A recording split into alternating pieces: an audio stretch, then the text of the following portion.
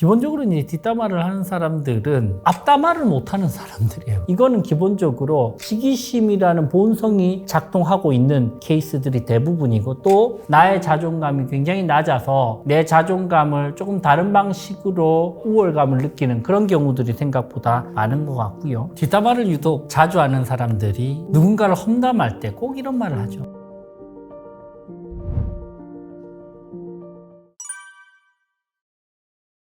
뒷담화를 유독 자주 하는 사람들이 누군가를 험담할 때 꼭 이런 말을 하죠. 있잖아, 혹시 이거 아니야? 내가 들었는데, 이런 식으로 해서 본인이 뭔가 남들은 모르는 정보를 가지고 있는 것처럼 접근을 합니다. 그럼 기가 솔깃하죠. 이 뒷담화가 가지고 있는 그 전염성이 엄청난 것이죠. 남들의 어떤 치부나 약점을 들을 때 사실 훨씬 더 재밌거든요. 얼마 전에 지인들과 함께 허거집을 갔어요. 옆 테이블에서 웅성웅성 하는 거예요. 들으려고 들은 게 아닌데 다 들렸어요. 같이 일하는 팀장 욕을 하면서 1시간 동안 이야기를 하더라고요. 그게 너무나 행복해 보이는 거예요. 뒷담화가 어쩌면 순기능도 있나 보다. 근데 여러분들, 제가 얼마 전에 읽었던 아티클에서 실제로 이제 그런 논문이 있었습니다. 이태리의 교수들이 공개한 논문에 따르면 이게 실제로 인간은 뒷담화를 하는 동안에 행복해질 수밖에 없다. 뒷담화를 하는 동안에 몸에서 아주 많은 옥시토신이 분비되기 때문이다. 이 옥시토신이라는 호르몬은 뇌하수체 후엽에서 분비되는 호르몬으로 사랑의 호르몬이라고 불리며, 행복과 사랑과 신뢰를 경험할 때 나오는 물질이다. 도파민과는 다르다. 흥분과 각성이 아닌 애착과 따뜻한 안정감을 준다. 대체로 엄마와 아기의 유대감, 이타적 협력감 같은 긍정적인 경험을 할 때 옥시토신이 급증한다. 이탈리아의 심리학자들은 실험을 통해서 인간은 뒷담화의 유혹을 거부하기가 무척 힘들다. 그건 기본적으로 무척 행복한 경험이기 때문이다. 라고 이야기를 합니다. 옥시토신은 스트레스 저항력을 높이고 면역력을 증가하며 심리적, 신체적 치유를 돕습니다. 신체적으로는 포옹이나 눈맞춤이나 함께 춤추는 그런 행위들을 할 때 이 옥시토신이 분비가 된다는 것이죠. 그러니까 여러분들, 이 뒷담화가 사실 본능적으로 행복한 거야. 그럴 때 뭔가 안정감을 느끼고, 또 하나의 타겟을 두고 이야기를 하면서 여러분들 얼마나 그 끈끈한 연대감이 생겨요. 그죠? 가장 끈끈한 연대가 불법과 어둠의 연대. 예를 들면 같이 범죄를 저지른 공범자들의 연대가 가장 끈끈하거든요. 남들에게는 이야기하지 못하고 너에게만 이야기한다. 그것 자체가 구도가 묘하게 매력적이고요. 그죠? 그러면서 서로만 가지고 있는 그런 교집합이 폭발한단 말이죠. 그래서 그 불법에 대한 그 연대가 생각보다 너무나 끈끈하고 강력하고, 그러면서 막 호르몬도 분비되고, 그러면서 안정감도 느끼는 사람들도 많기 때문에 계속되지 않을까. 그러면서 또 발화의 욕구도 충족되죠. 그죠? 팀장이랑 이야기를 할 때는 내가 말을 할 수 있는 기회도 없고 그냥 맞습니다 하고 고개만 끄덕여야 되는데, 팀장 욕을 할 때는 내가 주인공이 돼서 팀장의 조목조목의 모습들에 대해서 이야기를 하니까 발화의 쾌감이 얼마나 커요. 이런 부분들이 종합적으로 작용을 해서 우리는 뒷담화를 끊기가 생각보다는 무척 힘들다라고 생각이 듭니다. 기본적으로 우리는 평생을 비교를 하면서 살아갑니다. 그 비교의 대상은 자산일 수도 있고, 역량일 수도 있고, 승진일 수도 있고, 부모일 수도 있고, 외모일 수도 있고, 모든 면에서 자본주의 사회에서는 끊임없이 비교를 하고 경쟁을 하고, 그 비교를 통해서 소비를 이끌어내는 패턴으로 시스템이 만들어져 있습니다. 사실은 이게 미디어와 언론과 교육 시스템과 자본주의 전반적인 시스템 자체가 서로 비교를 더 극대화해서, 그러면서 계속 열등감을 느끼고, 그 열등감을 어떤 방식으로, 감정적으로 폭력적인 성향으로 아니면 뒷담화의 방식으로 표출하게 만드는 그런 구조적인 모순에 빠져 있단 말이죠. 그런 상황에서 어쩔 수 없이 이런 뒷담화가 계속 확대 재생산되는 것이 아닌가라는 생각이 듭니다.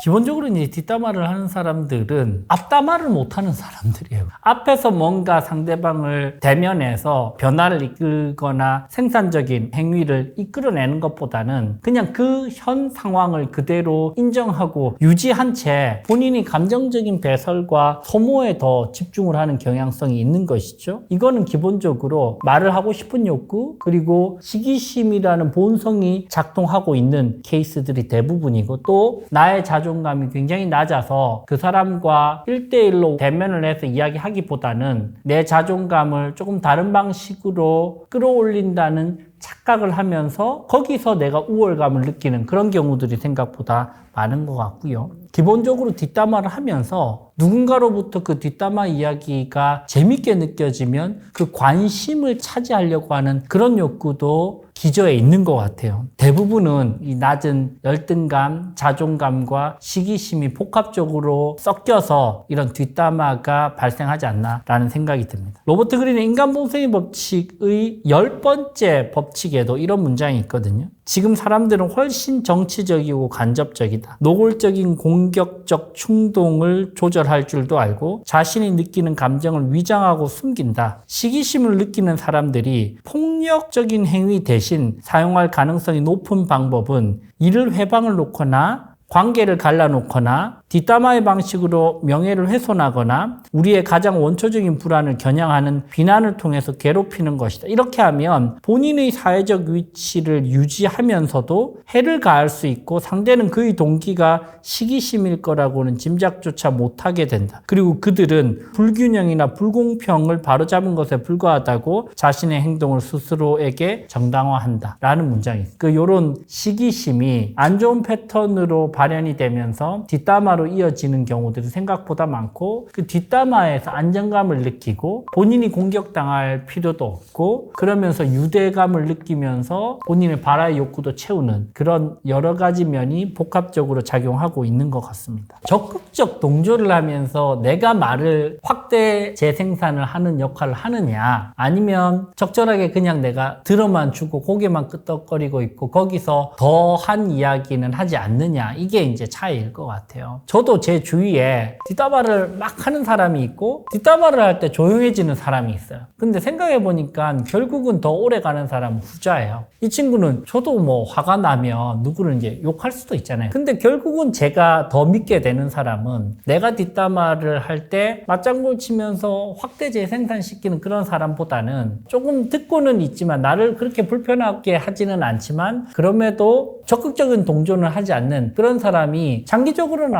그 친구가 참 댐댐이가 괜찮았네. 어쩌면 내가 그렇게 이야기했을 때 본인 입장에서는 좀 불편했을 수도 있겠는데 다음번에는 그런 이야기는 좀 자제를 해야 되겠네. 이런 생각을 하게 만들면서 제가 좋아하는 제 모습을 더 드러나게 만드는 그런 사람들이란 말이죠. 결국은 뒷담화를 한다는 것 자체가 본인도 열등감에 휩싸여서 찌질한 모습이라는 걸 본인도 알아요. 그게 더 증폭되는 그런 사람들 말고 조용히 고개 좀 끄덕여 주지만 동조는 하지 않는 그런 패턴을 보이거나 아니면 심지어 그럼에도 불구하고 계속 한다면 어느 순간에는 저는 좀 불편하다고 이야기하는 것도 방법인 것 같아요. 예를 들면 기태야 너무 너 오랜만에 만났는데 나 너 이야기 듣고 싶어. 우리 딴 사람 이야기는 하지 말자. 걔는 뭐 신경 쓰지 마. 이렇게 이야기를 한다면 너가 잘못됐다, 못됐다 이런 대화법보다는 이렇게 이야기를 하면서 좀 우회적으로 불편함을 드러내는 것도 방법인 것 같아요. 수위를 한번 좀 잘 봐야 될 것 같아요. 한두 번 걔가 발끈해서 뒷담화를 하는 정도라면 그런 경우에는 지나갈 수도 있어요. 그죠? 이 집단, 저 집단에서 계속 내 뒷담화를 하고 다니고 노골적으로 사실이 아닌 팩트들도 섞어서 이야기를 하면서 과장도 썼고 그러면서 나를 나쁜 사람으로 몰아간다면 여러분들께서 객관적으로 증거를 확보해야 돼요. 예를 들면 카톡에서 내 험담을 했다면 그걸 캡처를 해놓거나 아니면 누군가에게 내 욕을 했다고 하면 진짜 믿을 수 있는 사람이 녹음을 좀 해달라고 하거나 그런 방식으로 저 사람이 나를 물어뜯고 험담을 하는 수위가 어느 정도 수준인지 좀 증거를 확보하고 그걸 가지고 상대방에게 가서 이제 이야기를 해야죠. 내가 사실은 처음에는 좀 그냥 지켜봤는데 지금 보니까 좀 선을 넘는 것 같아서 나도 사실 증거도 좀 확보했고 이 부분은 좀 그만 멈춰줬으면 좋겠다. 안 그러면 나도 가만히 있기는 힘들 것 같다. 이러지 말자라고 이제 이야기를 해야 되겠죠. 뒷담화를 적절한 수준으로 하면서 정말 가까운 사람들끼리 유대감을 만들고 그러면서 감정적으로 토로하는 수준이라면 사실 귀여운 뒷담화죠. 이런 거는 저는 괜찮다고 봐요. 근데 이 뒷담화가 어느 순간 선을 넘으면 그게 본인에게 화살이 되어서 돌아오는 경우들이 많죠. 대표적으로 과장을 하거나 팩트가 아닌 걸 집어넣어 버리거나 그러면서 이거는 이제 도를 넘게 되는 거예요. 이거는 명예훼손일 수도 있고 이거는 상대방에 대한 노골적인 공격일 수도 수도 있는 것이죠. 이거는 어떤 의도가 담겨 있는 거야. 상대방을 부숴버리고 싶은, 상대방을 무너뜨리고 싶은 의도를 담고 있기 때문에 이거는 뒷담화 수준이 아니고 실질적인 공격 행위가 아닌가라는 생각도 들고요. 또 한 가지는 뒷담화는 대부분 결국 드러납니다. 내가 그런 수준의 악의를 가지고 뒷담화를 계속 하다 보면 결국 말이 돌고 돌고요. 피아 식별이 사실 제대로 안 되거든요. 내가 생각하는 것보다 훨씬 더 그 사람과 많은 사람들이 연결되어 있습니다. 훨씬 더 귀가 많죠. 그래서 이게 결국 드러난다면 신뢰도는 완전히 붕괴될 수밖에 없는 상황에 직면할 수밖에 없다라는 생각이 들고요. 가장 치명적인 부분들은 바로 이런 것이죠. 뒷담화를 듣는 사람들조차도 극심한 피로감을 느끼게 되고 그 듣는 사람이 나에 대한 신뢰를 가지지 못하게 만드는 행동 패턴이 된다. 무슨 말이죠? 우리가 A라는 사람이 만날 때마다 누구를 계속 뒷담화를 해요. 그럼 처음에는 재밌어요. 근데 그게 패턴화돼서 만나기만 하면 이 사람은 이 사람을 계속 욕을 한다. 그럼 여러분 무슨 생각이 들까요? 얘는 뒷담화가 습관이구나. 그러면 언젠가는 나도 그 대상이 될 수 있겠구나. 그런 불안감과 공포감이 조성이 되면서 이 사람과 조금 멀리 해야 되겠네. 그리고 이 사람에게는 말을 조심해야 되겠네. 그냥 조용히 듣고만 있어야 되겠네. 라는 생각을 하게 만들면서 기본적으로 더 신뢰관계를 쌓기는 힘들어진다. 그래서 본인 스스로 뒷담화를 하면서 연대감을 쌓아나간다고 생각하지만 실제로 그렇게 신뢰받는 메신저로 자리매김하기는 힘들어진다. 그런 치명적인 단점이 있습니다.